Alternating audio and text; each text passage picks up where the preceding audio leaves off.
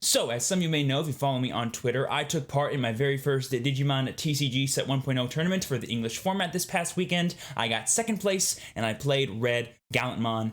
In this video, I'm not only going to talk about my deck and that overall experience, but I'll also hopefully give you guys some good insights on how you can build your decks during the pre-sale of the Digimon TCG. Alright guys, let's get started.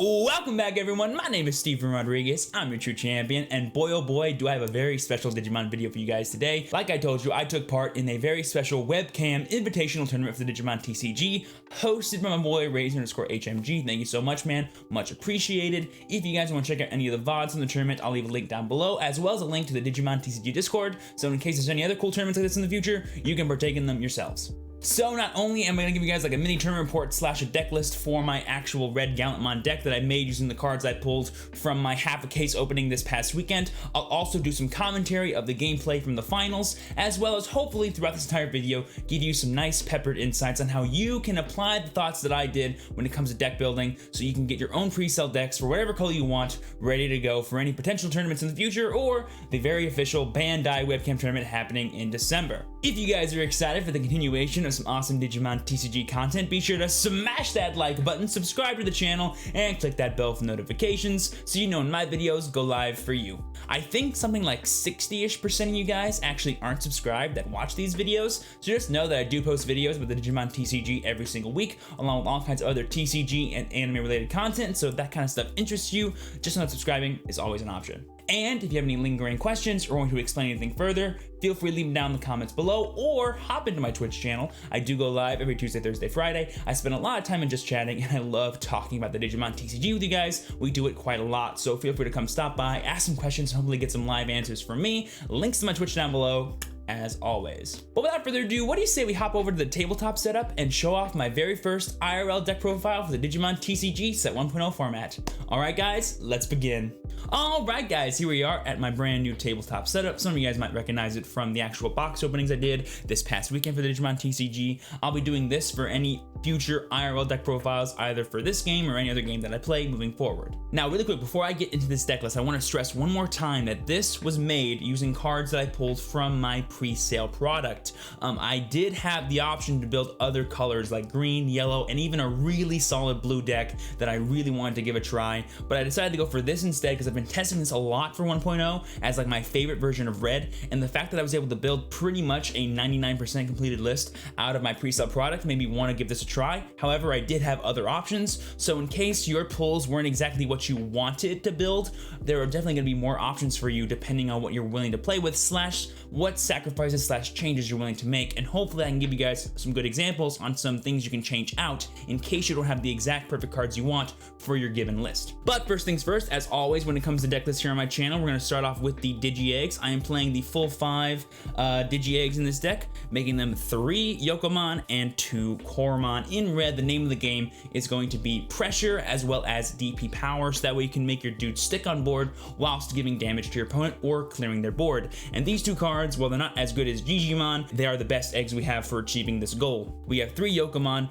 Getting you that plus 1000 DP when you swing at your opponent's Digimon is super nice for when you want to kind of just swing over things and still stay alive. And Koromon is really nice for whenever you do go to your big level 6 plays or even potentially an Omnimon play to make him 16 or make the other ones like 12 or 13 depending on what other effects you have in play that turn. But that's my 5 Digi-Eggs. Moving on to the bread and butter of the deck, the rookies, the things that make the world go round in the early game. First things first, we have probably the best level 3 in red. We have 4 copies of Starter Deck Agumon. This card is just amazing. Generic plus 1000 DP for an evolution source skill is so good.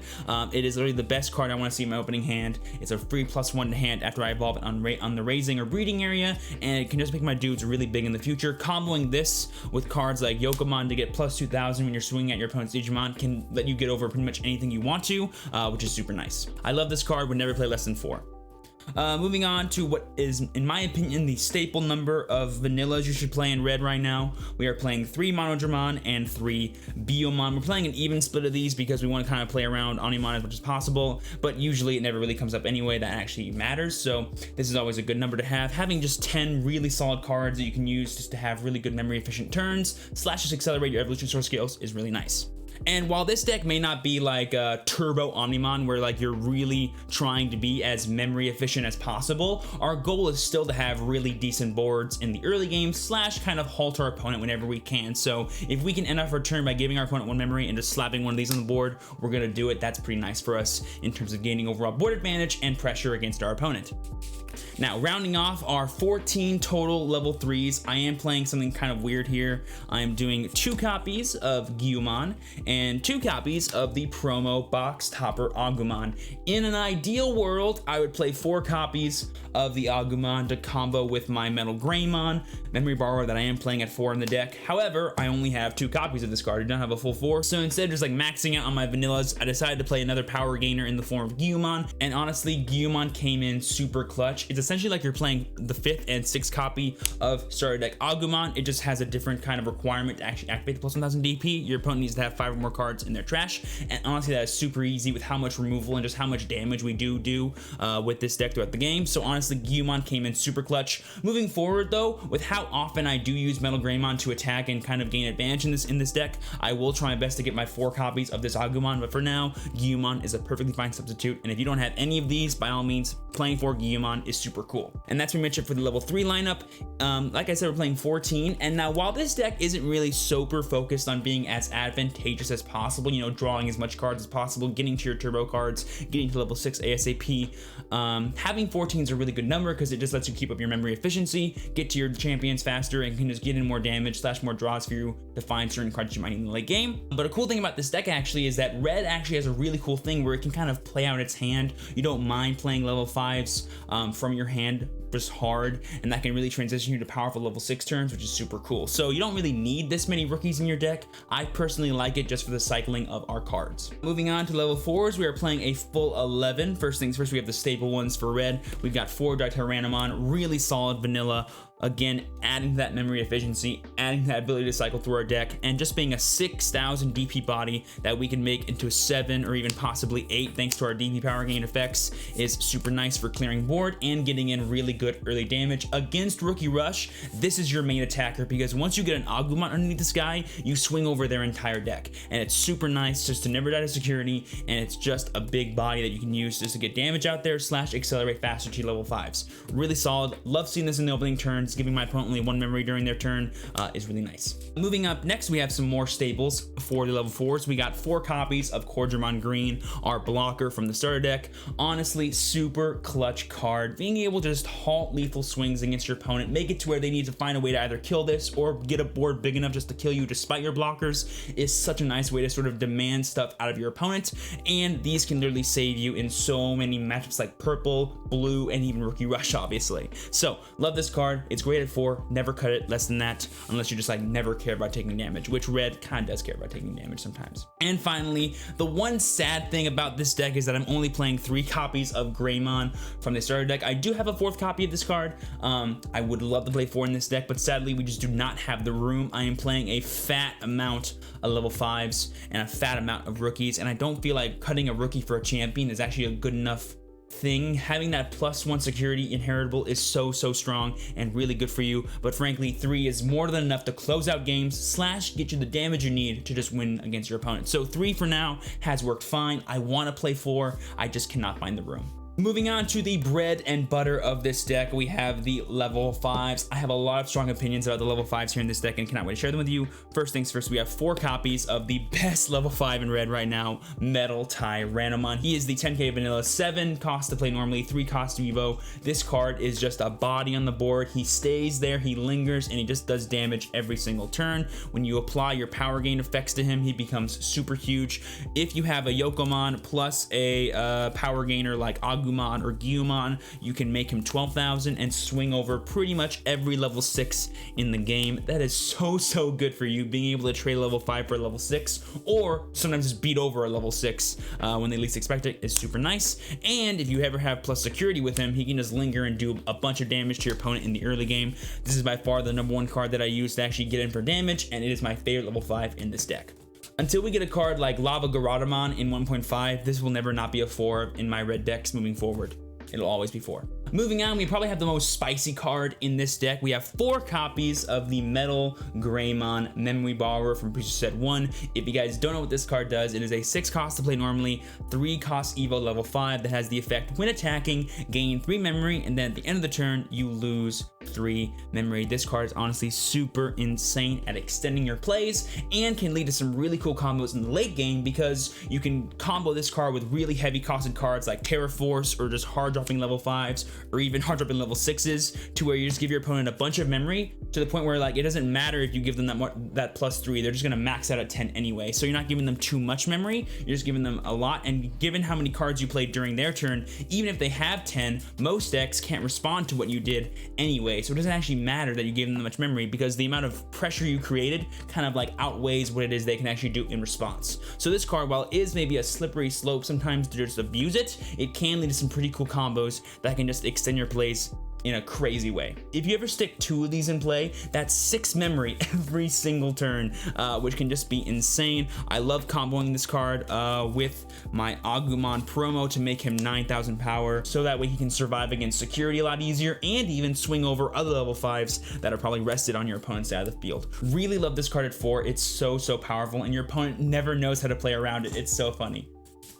And rounding up level 5s, we have a nice little 2 copies of Skull Greymon. Really powerful on-play effect to kill blockers on your opponent's board. Super solid for sort of closing out games, and can just be a nice form of removal that also puts a body on your side of the board. It's essentially like a pseudo +1 because you're getting rid of one of your opponent's cards and you're gaining a card on your board, which is super nice. A card that I am considering playing in this deck over this is actually Garudamon, the SR level 5 for red. I do like the idea of having a Piercer in this deck as a way to sort of deter your opponent from blocking you, / having that really cool like effect where like if you're blocked you can draw a card. Could be super nice, or just gaining advantage. I don't think it's better than this card per se, but it could see some value in different situations. So for now I think I'm gonna stick with this because it's just an awesome form of removal, but you never know, I could try doing something different in the future.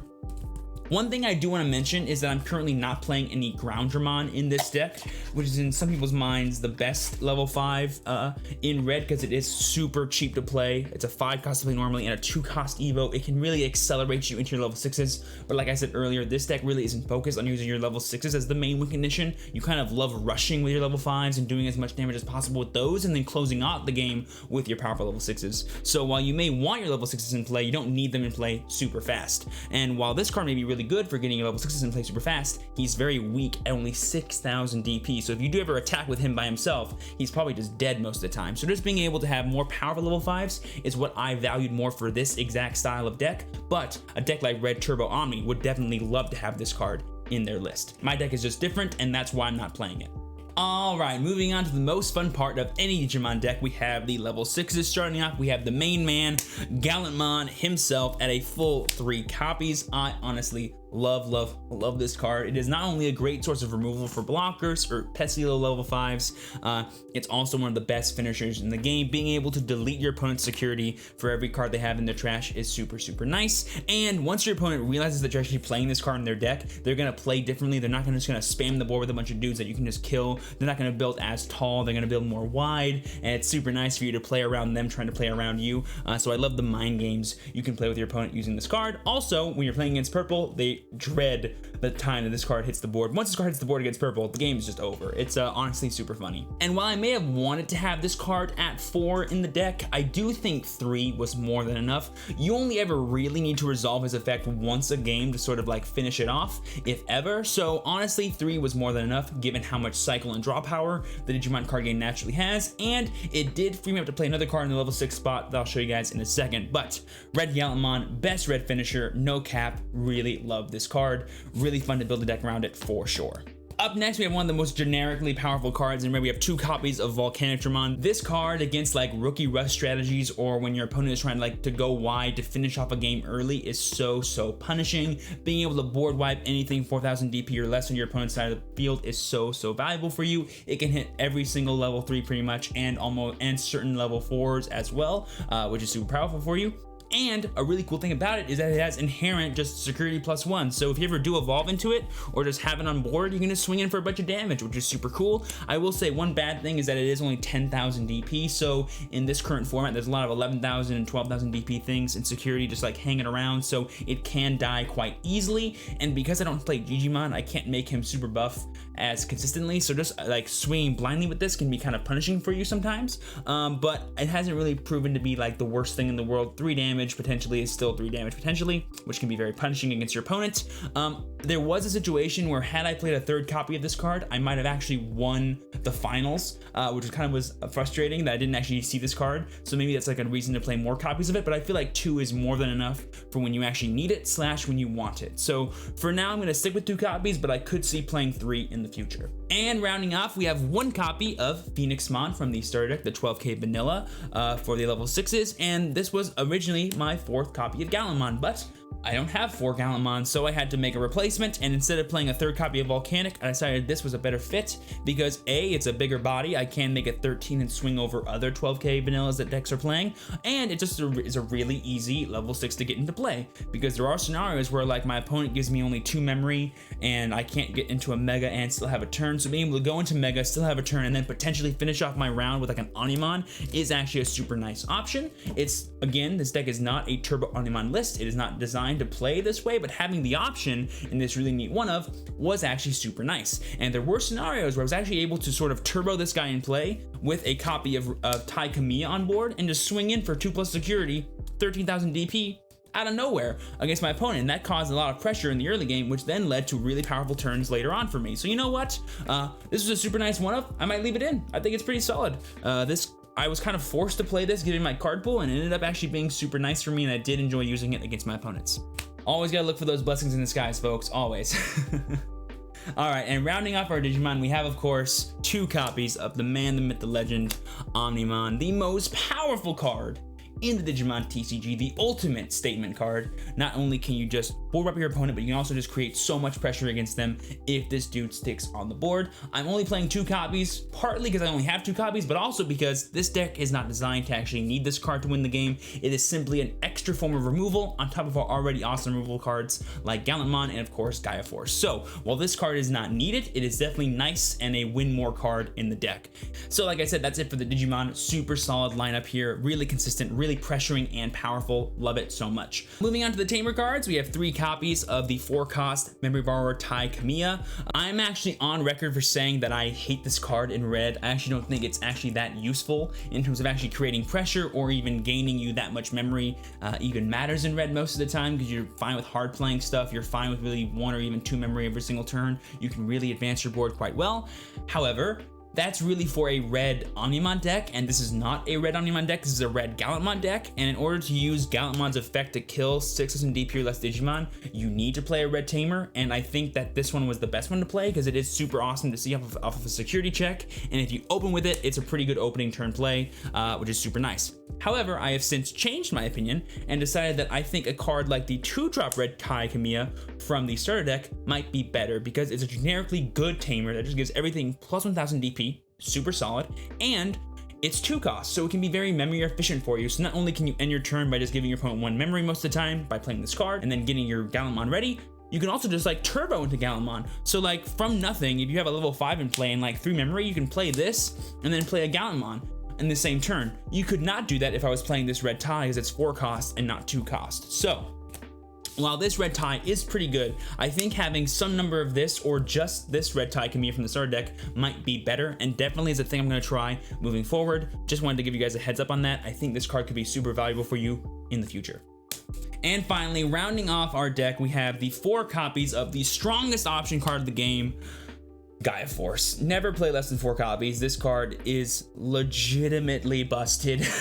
Seeing it in security is busted. Seeing it in your hand is busted. It checks every single deck. It is the great equalizer of the Digimon TCG. And as long as this card is legal at 4 copies, red will always be a top tier strategy, because if there's ever anything pesky going on your opponent's side of the field, guess what? It's just gone.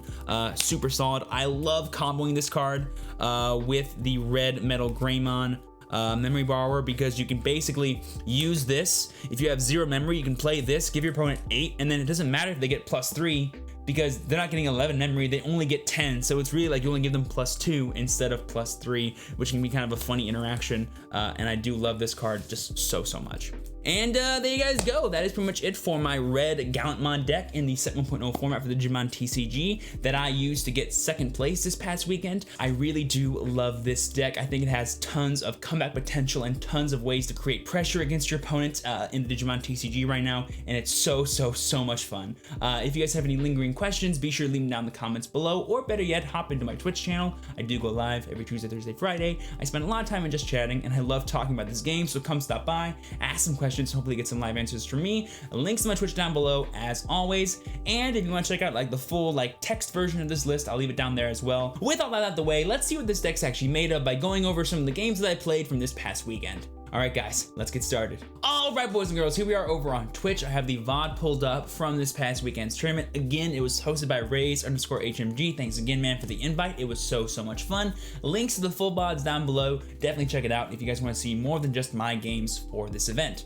Here we have the second game of the finals. I unfortunately lost the first one to not being able to draw Volcantramon at the end of the game. Had I just drawn it, I could have actually potentially closed it out, which would have been super cool, but sadly the draws just weren't there for me. This is game 2 against my boy Gage, aka G-Man to Beaver. He is also playing a red deck, but he's actually playing red Omnimon Turbo. He has the full 4 Omnimon, the full just like shebang of just like, oh yeah, let's do broken stuff. And of course, I'm playing my Red Gallantmon list. I'm choosing to go first, and yeah, let's get started. Here we are. I decided to go first because I did lose game 1, and this game was actually super crazy because I actually dead drew like crazy on this opening turn. I'll tell you guys at the end of it what my hand actually was, but here you see me opening with a Biyomon, and there you go, hard playing Tai Kamiya. Believe me when I tell you that was the only card I had access to in my hand that I could actually play. I'll be sure to tell you guys what my hand was at the end of this video because it was kind of crazy.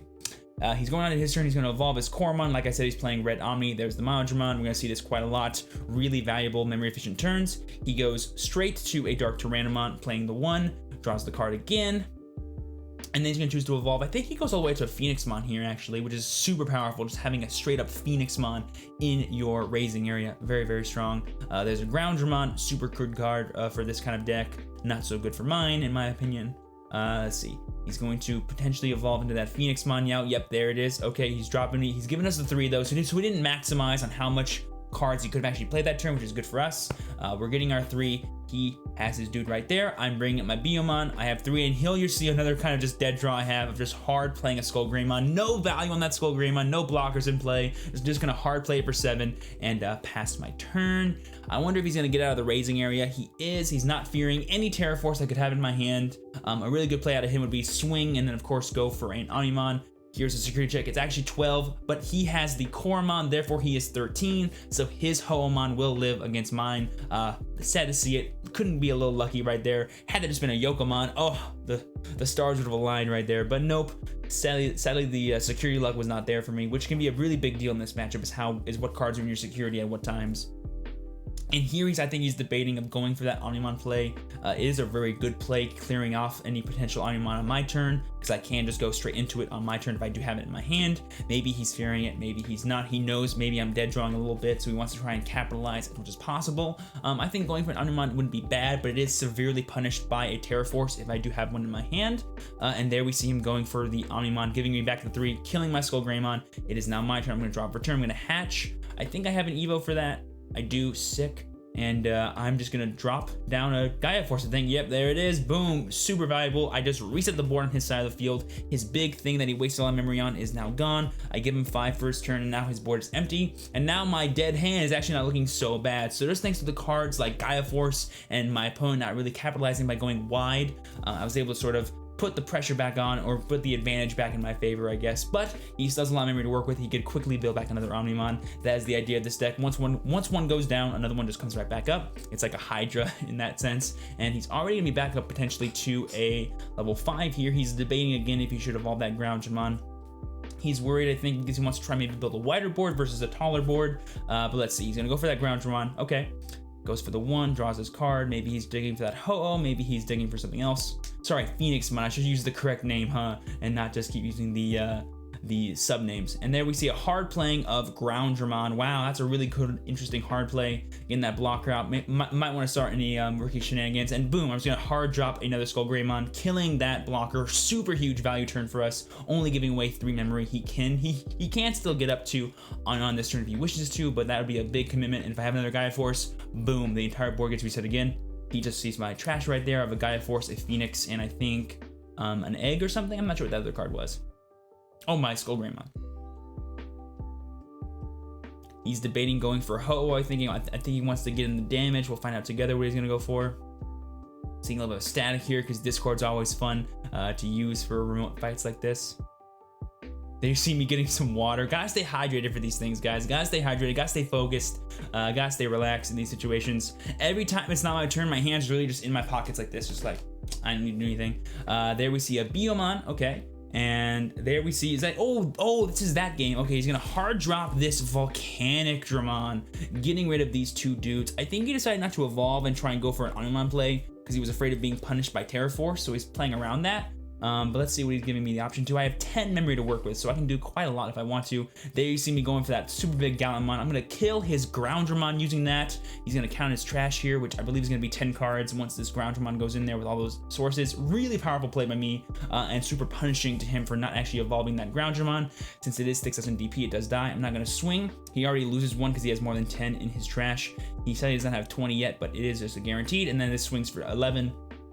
And that is 6. Super good, just nice little 2-poke, catching back up in the security race. I'm still at 6 memory though, plenty of things to do. I'm just gonna drop a Gaia Force on that Volcanic Dramon, give him 2 memory, and now all he has is a Lonely Biomon, and I have a gigantic Gallantmon that's swinging for 2 damage guaranteed every single turn, potentially could be swinging for more. Very pressuring, very powerful.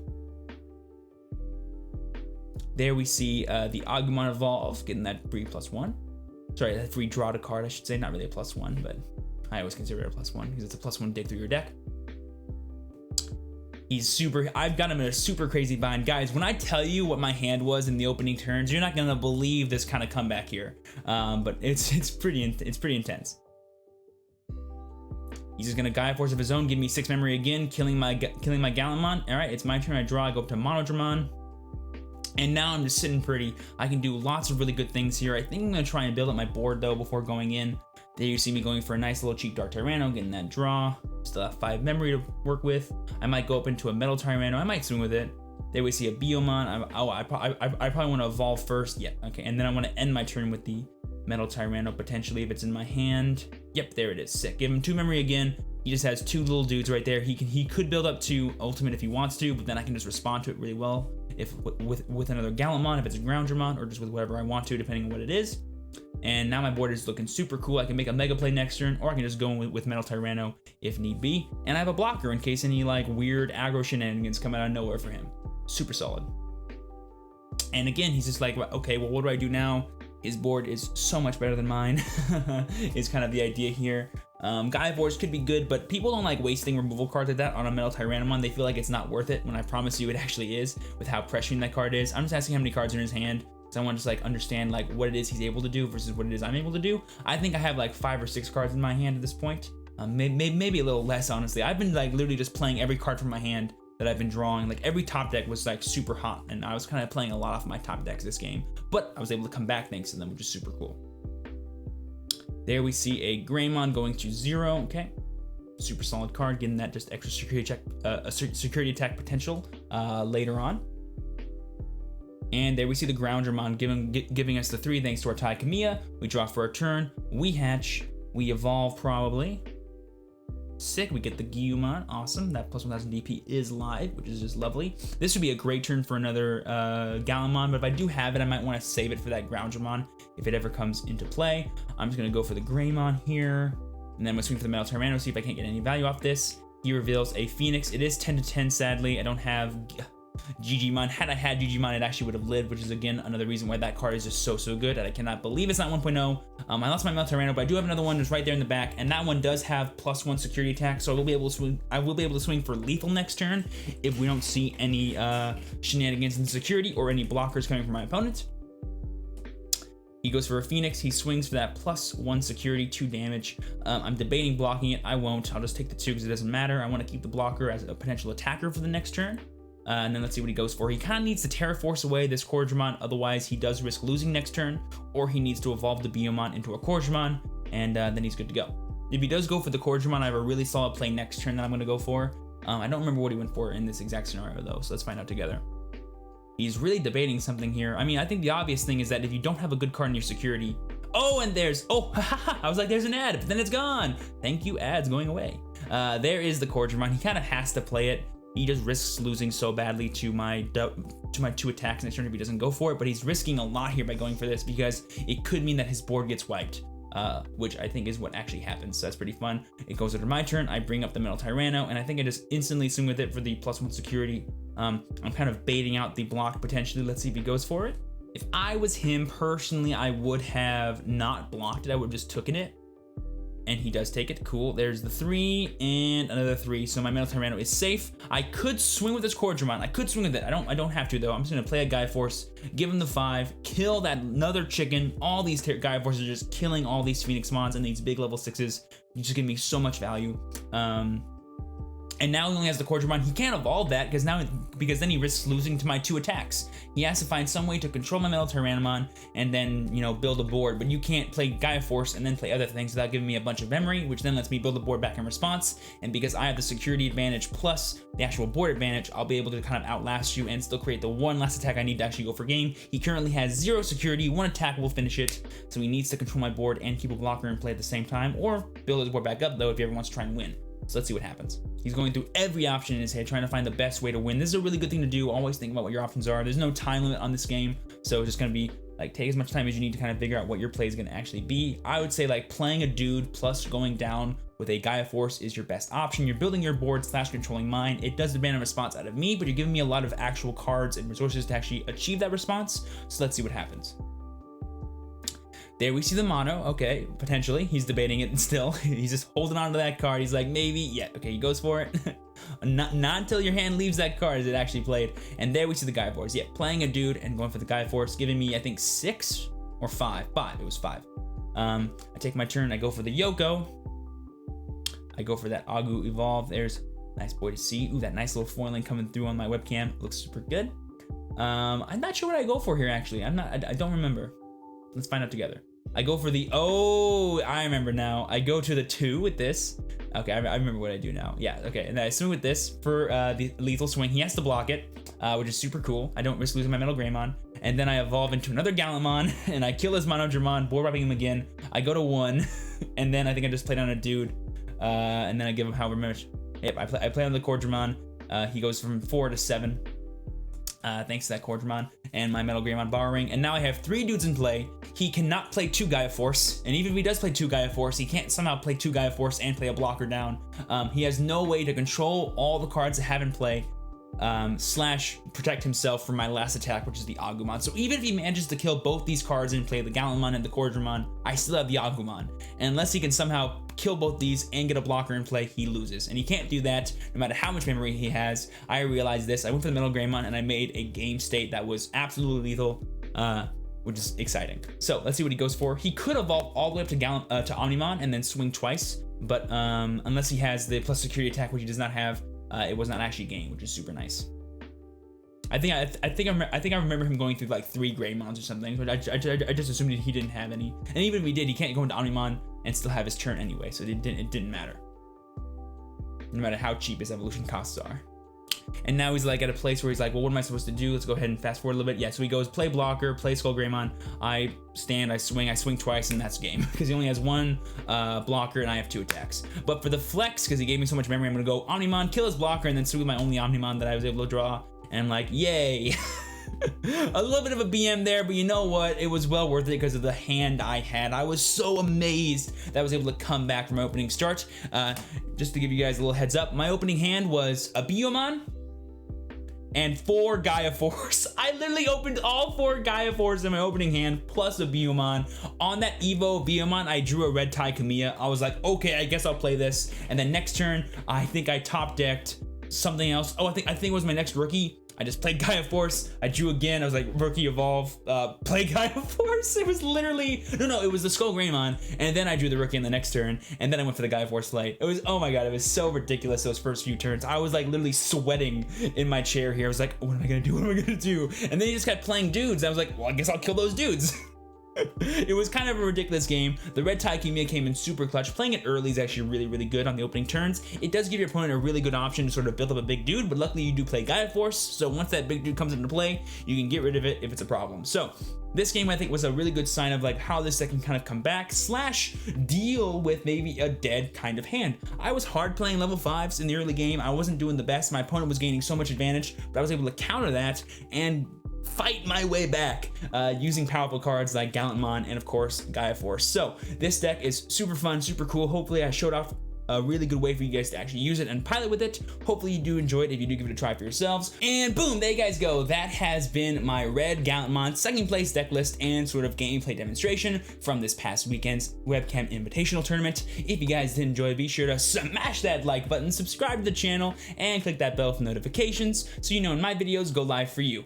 And if you guys have any lingering questions, be sure to leave them down in the comments below, or better yet, hop into my Twitch channel. I do go live every Tuesday, Thursday, Friday. I spend a lot of time in just chatting, and I love talking about this game with you guys. So come stop by, ask some questions, and hopefully get some live answers from me. Links to my Twitch down below, as always. But with that being said, I've been your true champion, Steven. Please be sure to work hard, rest easy, and live well, and I will see you all next time. Peace.